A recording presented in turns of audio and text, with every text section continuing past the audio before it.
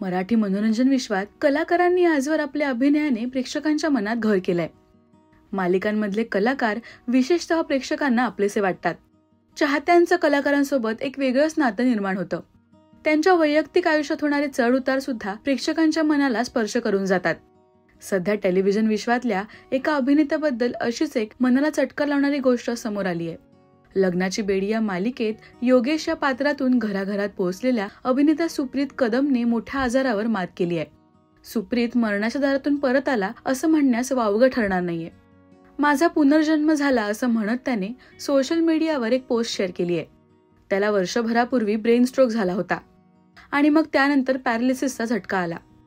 यावर डॉक्टरांनी देखील त्याच्या जगण्याबद्दल आशा सोडली होती. मात्र त्याने या आजारांचा सामना केलाय. दिवसामागून दिवस गेले आणि आज त्या गोष्टीला वर्ष झालं. हे वर्ष म्हणजे खूप काही शिकून गेलंय. खूप गोष्टींचं महत्त्व शिकून गेलं. कारण मागच्या वर्षी याच दिवशी मला ब्रेन स्ट्रोक येऊन पॅरालिसिस अटॅक आला होता. काही वेळासाठी डॉक्टरने सुद्धा गॅरंटी सोडली होती. भावाचे रडून हाल.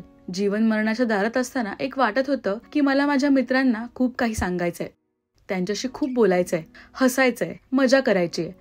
माझ्या बायकोची काही स्वप्न आहेत, ती पूर्ण करायची आहेत. वीराला शाळेत जाताना बघायचंय. माझं एवढंच आयुष्य होतं. पण ते म्हणतात ना, आपण कुठेतरी चांगलं काम करतो ते कामी येतं.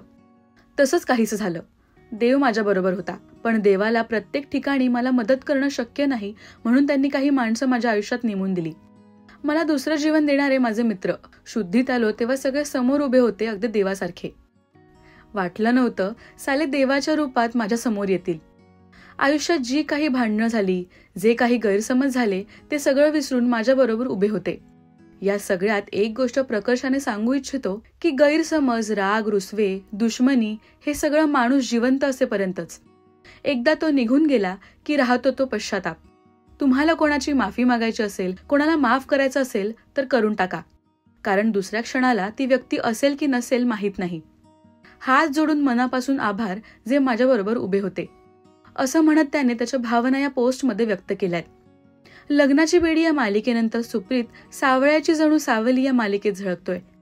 त्याची ही पोस्ट समोर येताच कमेंट करत चाहत्यांनी काळजी व्यक्त केली आहे.